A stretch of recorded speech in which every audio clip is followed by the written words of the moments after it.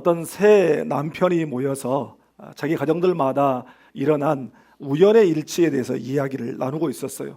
첫 번째 남자가 말했습니다. 제 아내는 임신할 때에 두 도시 이야기를 그렇게 좋아하고 많이 읽더니 결국 쌍둥이를 낳았습니다.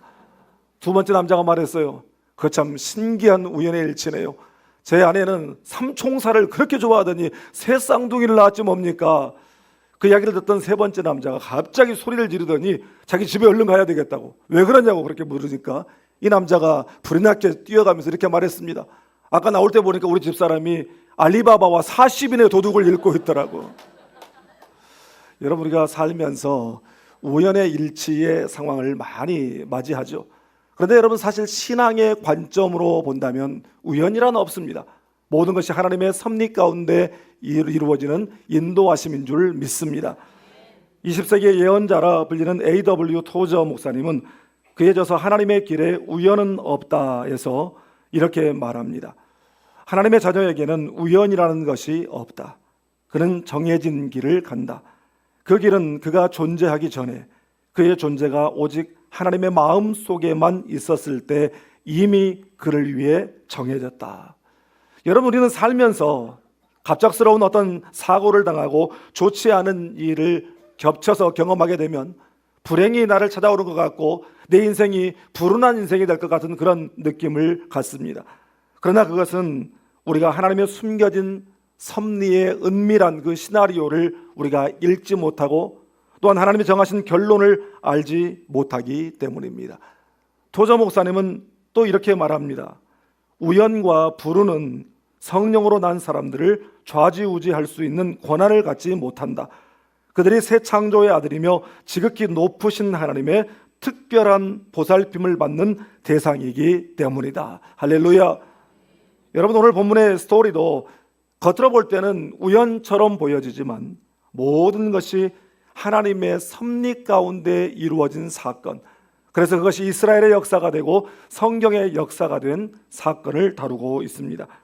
본문 앞장인 사무엘상 8장에서는 이스라엘의 장로들이 이 선지자 사무엘을 찾아와서 우리도 다른 나라들처럼 왕을 세워달라고 요청했습니다. 이에 하나님께서는 왕정제도의 폐해에 대해서 분명히 그들에게 알리셨고 또한 그들의 요구를 허락해 주시죠. 그래서 오늘 본문은 그렇게 해서 이스라엘의 초대 왕이 선택되어지고 세워지는 장면에 관한 말씀입니다. 오늘 말씀을 통해서 이스라엘의 초대 왕을 선택하시고 세우시는 과정 가운데 숨어있는 그 하나님의 섭리적 인도하심을 우리가 발견하고 우리의 삶의 현실과 상황 그리고 만남 속에서 하나님의 섭리의 은혜를 깨닫게 되기를 주님의 이름으로 축복합니다. 먼저 오늘 본문 3절 4절을 함께 읽겠습니다. 사울의 아버지 기스가 암나기들을 잃고 그의 아들 사울에게 이르되 너는 일어나 한 사환을 데리고 가서 암나기들을 찾으라 하매 그가 에브라임 산지와 살리사 땅으로 두루 다녀보았으나 찾지 못하고 사알림 땅으로 두루 다녀보았으나 그곳에는 없었고 베냐민 사람의 땅으로 두루 다녀보았으나 찾지 못하니라. 아멘. 오늘 본문은 이스라엘의 초대 왕으로 세우신 사울의 출신 배경으로부터 시작됩니다. 사울은 베냐민 지파 사람이었다라는 것입니다. 여러분, 베냐민 지파는 이스라엘 12지파 가운데 가장 수가 적은 미약한 지파였습니다. 그렇게 된 역사적 배경이 있어요. 사사기의 마지막 부분인 19장 20장을 읽어보면 레위인의 첩 사건 때문에 이스라엘 11지파가 베냐민 지파를 향하여 전쟁을 일으킨 사건이 나옵니다. 그때 베냐민 지파의 모든 남자들이 전쟁에 참여했는데 2만 5천 명이 그 자리에서 죽고 600명밖에 남지 않았습니다. 그래서 가장 미약한 지파가 된 것이죠. 그리고 아시다시피 이 베냐민이라고 하는 사람은 이 야곱의 12아들 중에 막내 아들 아니겠습니까? 여러분, 지금 춘추전국 시대와 같은 그 사사시대에 이스라엘 민족을 하나로 규합하고 중앙집권적 강력한 왕정체제를 구축하려면 가장 수가 많은 가장 강력한 지파에서 왕이 나오거나 아니면 대의명분이라도 있도록 장자 지파에서 왕이 나와야 될 텐데 하나님은 그렇게 하지 아니하시고 가장 미약한 지파에서 그리고 사람들이 알아주지 않는 그 당시에 고대에는 장자 위주의 그렇게 사회에서 막내 지파의 의사에서 사람을 왕으로 세웠다라고 하는 것입니다. 왜 사울이었을까요? 2절 말씀처럼 그가 얼굴이 잘생기고 키가 컸기 때문이었을까요? 물론 정치인으로서 앞에 나서는 사람으로서 얼굴이 잘생기고 키가 크다라고 하는 것은 적지 않은 어드밴티지가 되겠죠. 왜냐하면 저는 신랑감을 선택할 때 키 작은 남자를 선택하겠다고 한 자매를 못 봤으니까요. 그런데 하나님께서 사울을 선택하신 이유가 설마하니 외모 때문이었겠습니까? 하나님은 외모를 보지 아니하시고 뭘 보신다고요? 중심을 보시는 하나님이십니다. 그래서 하나님께서 사울을 선택하신 진짜 이유는 21절에 나와 있어요. 사울이 대답하여 이르되 나는 이스라엘 지파의 가장 작은 지파 베냐민 사람이 아니니이까 또 나의 가족은 베냐민 지파 가족 중에 가장 미약하지 아니니이까 당신이 어찌하여 내게 이같이 말씀하시나이까 하니. 여러분, 하나님 뭘 보신 겁니까? 사울의 겸손을 보신 것이죠. 이게 사실인 것이 나중에 사울이 이제 변질되고 초심을 잃어버렸을 때 사무엘이 사울을 책망할 때 했던 말이 있습니다. 사무엘이 이르되 왕이 스스로 작게 여길 그때의 이스라엘 지파의 머리가 되지 아니하셨나이까. 여러분, 우리 하나님 앞에서는 외모가 어떠하냐, 얼굴이 잘생겼냐 못생겼냐, 키가 크냐 작냐, 이것은 전혀 고려의 대상이 아닙니다. 여러분, 세상에 자기 자식 얼굴 보고 사랑하고 키 보고 사랑하는 부모가 어디 있겠습니까? 여러분, 하나님께서는 자기 자신을 작은 자로 여기는 그 겸손, 그것을 보시고 들어 쓰시는 줄 믿습니다. 사울의 성경의 첫 등장은 아버지의 잃어버린 암나귀를 찾아 헤매이는 모습으로 시작하고 있습니다. 4절 말씀에 보면 그가 다닌 지역들을 쭉 계산해 봤더니 약 35km 정도를 헤매고 다녔어요. 그래 며칠 동안을 그렇게 헤맨 거죠. 여러분, 이 사실에서 우리가 알 수 있는 게 뭡니까? 사울이 얼굴만, 외모만 준수한 것이 아니라 이 사람이 참 성실한 사람이었다, 아버지의 말씀에 순종하는 사람이었다, 최선을 다하는 사람이었다, 이것을 알게 되죠. 그런데 그 많은 날들, 그 오랜 먼 거리를 그렇게 찾아 헤매다가 사울이 이제 그만하자, 집으로 돌아가자, 아버지가 이제 잃어버린 암나귀 걱정은 고사하고 우리 때문에 염려하게 생겼다, 이렇게 말을 합니다. 여러분, 최선을 다해도 안 될 때가 있어요. 그러면 우리는 불안해지죠. 죽을 때까지 해도 안 되는 거 아니야 이거? 이러다 내 청춘 다 지나가 버리는 거 아니야? 고생만 죽으라고 하다가 내 인생 빈손으로 끝나버리는 거 아니야? 여러분, 이런 불안함이 엄습하십니까? 여러분, 그러나 사울이 몇 날 며칠을 나귀들을 찾지 못하고 고생하면서 그 먼 거리를 헤맨 이유는 하나님의 종 사무엘을 만나게 하기 위한, 그래서 왕으로 기름 부음을 받게 하기 위한 하나님의 섭리였는 줄 믿습니다. 이해되지 않는 상황과 어려움도 하나님의 섭리 가운데 있는 것을 믿는 우리 모두가 될 수 있기를 주님의 이름으로 축복합니다. 여러분, 그렇기 때문에 우리의 할 일은 지금 여기에서 최선을 다하는 것입니다. 여러분, 뒤돌아보면 실패한 것도 다 하나님의 섭리였어요. 억울하게 노예로 팔려가고 황당하게 성추행 몸으로 몰려 감옥에 들어간 요셉이 그랬고, 살인자가 되어서 애굽의 왕궁을 포기하고 광야로 들어가 양치기가 된 모세가 그랬고, 사울왕의 시기와 미움을 받아 10년 동안이나 도망자의 삶을 살았던 다윗이 그랬고, 또한 포로로 끌려가 신앙 때문에 사자굴에 던져졌던 다니엘이 그랬고, 죽으면 죽으리라 결단하고 왕에게 나아갔던 에스더가 그랬습니다. 옛날 TV 광고 중에 이 결론은 버킹엄, 이런 광고가 있었습니다. 여러분, 이처럼 우리 하나님은 우리가 경험하는 모든 상황과 모든 일들을 통해 합력하여 결론은 선을 이루시는 하나님이신 줄 믿습니다. 그러므로 하나님의 섭리를 신뢰하며 감사하며 살아가는 우리 모두가 다 될 수 있기를 주님의 이름으로 축복합니다.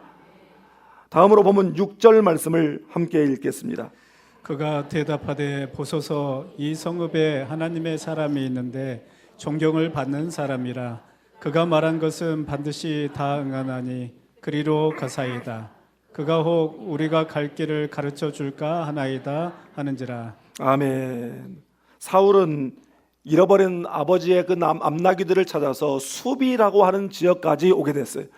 그런데 참 놀라운 것이 이 수비라고 하는 지역이 어디냐면 바로 사무엘이 살고 있는 라마 바로 옆이었습니다. 그런데 어떻게 알았는지 이 종이 그걸 알고 있는 거예요. 그래서 그 종이 바로 여기에 하나님의 사람이 살고 있는데 존경을 받는 사람입니다. 그분에게 가봅시다. 종이 이야기하는 겁니다. 여러분 너무 놀랍지 않습니까?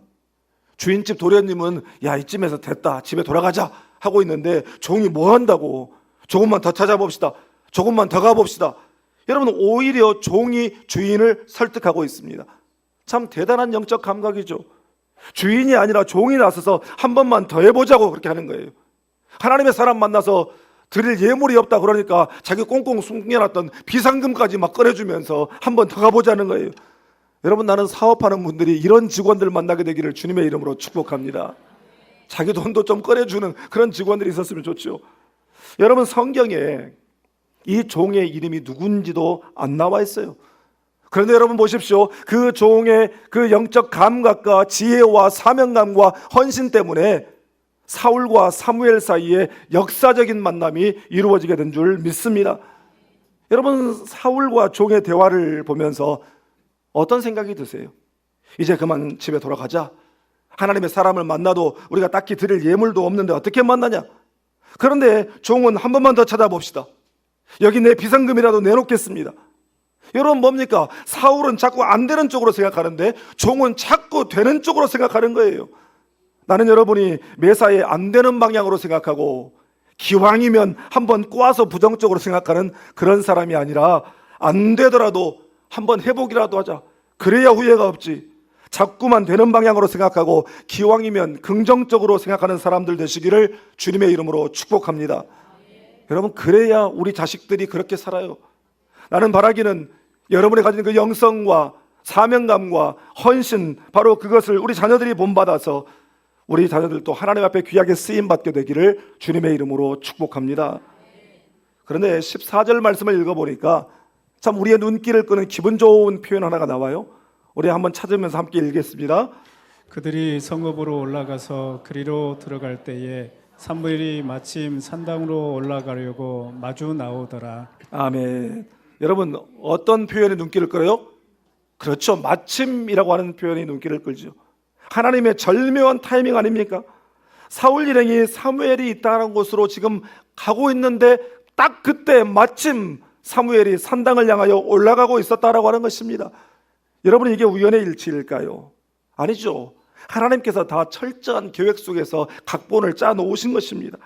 사울의 아버지가 만약에 이 암나귀를 잃어버리지 않았다고 한다면, 그 암나귀를 찾으러 사울 말고 다른 아들을 보냈다고 한다면, 사울이 이쯤에서 돌아가자고 포기해버렸더라면, 종이 그것을 만류하지 않았더라면, 여러분 이 모든 것들이 하나만 어그러져도 사울은 하나님을 만나지 못했습니다. 그런데 하나님께서 완벽한 그 타이밍을 계획하시고 진행시키신 줄 믿습니다. 여러분 그러므로 우리의 만남은 우연이 아니야. 어떻게 그렇게 잘하세요? 마침 우연이라고 하는 이 표현이 여러분 우연처럼 보이지만 하나님의 섭리 속에서 진행되는 시간, 하나님의 섭리 가운데 이루어지는 만남인 줄 믿습니다. 성경에는 이런 하나님의 섭리 가운데 이루어진 사건, 하나님의 섭리 가운데 이루어진 만남들이 많이 있어요. 대표적으로 룻기 2장을 보면요, 나오미, 엘리멜렉의 아내 나오미가 이제 그 이방 며느리 룻을 데리고 왔어요. 이 젊은 과부 룻을 하나님께서 그를 그 엘리멜렉의 가까운 친척인 유력한 사람 보아스, 노총각 보아스와 만나게 하시는데 하나님의 열심이 얼마나 특심한지 한번 보십시오. 시어머니를 봉양하기 위해서 뭘 나갔어요? 이삭 줍기를 나갔어요. 정신없이 이삭을 줍다 보니까 어디 와서 우연히 보아스의 밭에 이르게 된지라. 보아스가 누군지도 몰라요. 우연히 왔어요. 그런데 성경을 보십시오. 마침 보아스가 베들레헴에서부터 와서 자기 밭에 온 것입니다. 할렐루야. 그런데 그 보아스가 나타났다고 해서 둘이 짝이 맺어지는 게 아니에요. 왜냐하면 보아스보다 더 가까운 친족이 있어요. 그 사람이 기업을 무르게 해주려고. 그러니까 보아스는 결혼하려고 한 게 아니라 이 룻의 그 사정이 하도 딱하고 그 효심이 하도 참 감동이 되어져서 살게 해주려고 그 기업 물을 자를 만나러 성읍으로 올라갑니다. 성문 곁에 앉아 있는데 또 뭐라고 합니까? 마침 그 사람이 거기를 지나가는지라. 할렐루야. 여러분, 문자적으로는 마침이고 우연히라고 기록이 되어 있지만 이 모든 일의 과정에는 하나님의 섭리와 인도하심이 녹아져 있는 줄 믿습니다. 여러분, 사실 오늘 본문은요, 표면적으로 얼핏 보면 잃어버린 나귀를 찾는 여정이에요. 그렇지만 이 여정은 잃어버린 나귀를 찾는 데 목적이 있는 것이 아니죠. 이 여정은 하나님께서 사울로 하여금 사무엘과의 만남을 위해서 이끄시는 여정이었고, 그를 통해서 사울을 왕으로 기름 부어 세우시려는 섭리적 인도하심인 줄 믿습니다. 여러분, 우리 크리스찬의 삶에 우연이란 없어요. 그렇기 때문에 우리가 모든 만남을 귀하게 여길 줄 알아야 되는 것입니다. 거기에 하나님의 뜻이 있기 때문이에요.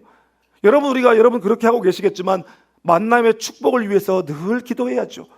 그렇지만 간과하지 말아야 될 것은 가장 소중한 만남은 지금 내 옆에 있는 사람과의 만남인 줄 믿습니다. 우리 그런 뜻에서 옆에 있는 분들 한번 손 한번 잡아줍시다. 이 귀한 분들, 할렐루야. 여러분, 아브라함은 이제 손 놓으세요. 아브라함은 나그네 한 사람 대접한 일이 부지 중에 누구를 대접했어요? 성경은 천사를 대접했다고 하는데 하나님과 그의 사자들을 대접한 일이 된 줄 믿습니다. 지금 내 앞에 있는 그 사람과의 만남에 최선을 다해야 됩니다. 나는 여러분이 하나님께서 인도하시는 그 섭리적 만남의 축복을 잃어버리지 않게 되기를 주님의 이름으로 축복합니다. 지난 주간에 이 권투 선수 출신의 성악가, 세계적인 성악가라고 하는 이 특이한 이력을 가진 조용갑 집사의 희망의 오페라라고 하는 책을 보면서 그의 참 감동적이고 눈물 나는 그런 간증들을 재미있게 읽었어요. 이분이 저 전남 신안군 흑산면 가거도라고 하는 섬에서 태어났는데 참 그 섬에서 태어나서 불우한 시절을 보냈습니다. 불의했다라고 하는 것이 다른 것이 아니라 아버지가 술만 먹고 오면 그렇게 폭언과 폭력을 일삼는 거예요. 견딜 수가 살 수가 없어요. 그래서 중학교 2학년밖에 안 되는 아이가 집을 뛰쳐나와서 서울로 도망가 버렸어요. 살아남아야 되니까 뭐 신문팔이, 우유팔이, 세차, 철공소 일 뭐 안 해본 것이 없었어요. 그런 와중에 정말 하나님 은혜로 예수님을 만났습니다. 할렐루야. 그래서 예수님 만나고 그의 마음에 희망의 빛이 비추어지기 시작했어요. 한 번은 교회에서 찬양을 부르는데 아니 목사님이 그 찬양을 듣더니 오셔서 하시는 말씀이, 그때는 이 조용갑 씨가 복싱 선수로 챔피언이 되기 위해서 열심히 하고 있을 때였어요. 옛날에 다 그랬잖아요. 어려운 아이들이 그 복싱 해가지고 엄마 나 챔피언 먹었어 막 그랬잖아요. 그런데 목사님이 보니까 찬양 음성이 너무 아름답거든요. 그래서 이야기를 했어요. 자네 권수 선수 하지 말고 성악가를 하면 어떤가? 그런데 그 목사님의 한마디가 그의 마음의 꿈으로 탁 바뀌었어요. 한 번도 생각해보지 않았던 성악가. 그런데 성악가가 되려면 뭘 해야 됩니까? 레슨을 받아야 되잖아요. 돈도 없는 촌놈이 돈이 어디서 레슨을 받아요? 그러니까 지금 자기가 아는 성악가란 성악가들의 테이프를 다 샀어요. 테이프 사가지고 뭐 일하면서 듣고 밥 먹으면서 듣고 잠자면서 듣고 테이프가 늘어지도록 그걸 들었답니다. 듣고 연습을 했대요. 그리고 하나님 앞에 기도하는 거예요. 하나님 저 좀 도와주십시오. 하나님 나를 도와주셔서 내가 유학의 길이 열리게 해주시고 성악가가 되게 해주시면 하나님 영광 위에 살겠습니다. 하나님 앞에 작정하고 서원하며 기도했더니 하나님이 그의 길을 열어주셨습니다. 그래서 조수미 등 세계적인 성악가를 배출한 최고의 학교인 이탈리아 산타 체칠리아 음악학교에 입학하게 됐어요. 일원 한 푼 없는 사람이 거기에 입학해서 14년간을 이태리에 살다가 한국에 돌아오게 되었습니다. 그는 오늘 또 하나님의 은혜를 생각하며 하나님 영광 위에 노래한다고 고백합니다. 그런데 그의 간증 중에 어떻게 보면 참 웃기기도 하고 정말 눈물 없이는 읽을 수 없는 그런 간증이 있더라고요. 그는 이렇게 고백합니다. 술에 취해 마구 때리던 아버지 덕분에 맷집이 길러져서 복싱 챔피언이 될 수 있었고, 술에 취해 들어오면 허구한 날 새벽 1시, 2시까지 세워놓고 뽕짝을 부르라고 시켰던 아버지 덕분에 목이 튀어 오늘날 성악가가 될 수 있었고, 때리는 아버지를 피해 달아나 밤새도록 바다를 바라보며 쓸쓸한 시간을 보냈던 그것 때문에 인내를 배울 수가 있었습니다. 여러분, 예수 아니면 어떻게 이런 고백이 나와요? 아버지 때문에 원망과 미움과 증오의 감정이 그 마음 가운데 가득 찼었는데 예수 만나고 났더니 그 감정들이 다 사라져버린 것이에요. 그래서 그것이 내 인생이 왜 이 모양 이 꼴이냐, 내가 왜 이런 집구석에 태어나고 그런 인간을 만났을까 생각했는데, 하나님을 만나고 나니까, 예수님을 만나고 나니까, 아, 이게 다 섭리였구나, 하나님 오늘날 나를 세우시기 위한 연단의 과정들이었구나, 이것이 깨달아졌다라고 하는 것입니다. 사랑하는 여러분, 하나님께서 우리의 인생 가운데 행하신 가장 놀라운 섭리적 인도하심은 바로 예수 그리스도와의 만남인 줄 믿습니다. 그때는 왜 내 인생이 그렇게 힘들었는지 이해할 수 없었지만 알고 보니 예수님 만나게 하기 위함이었어요. 사울이 사무엘을 만남으로 그에게 왕으로 기름 부음을 받게 된 것처럼 우리도 예수님 만남으로 왕이신 하나님의 자녀로 세움을 받게 된 줄 믿습니다.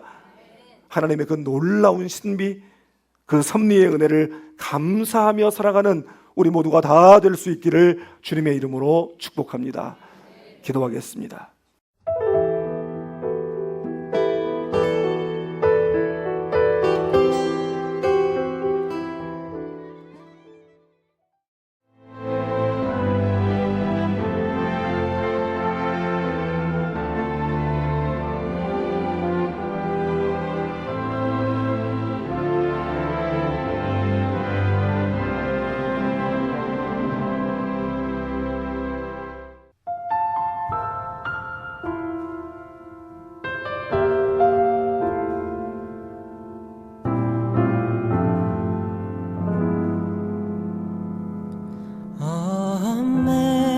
Amazing grace, how sweet the sound that saved a wretch like me. I once was lost, but now am found. Was blind, but now I see. 'Twas grace that taught my heart to fear, and grace my fear relieved. How precious did that grace appear, the hour I first believed.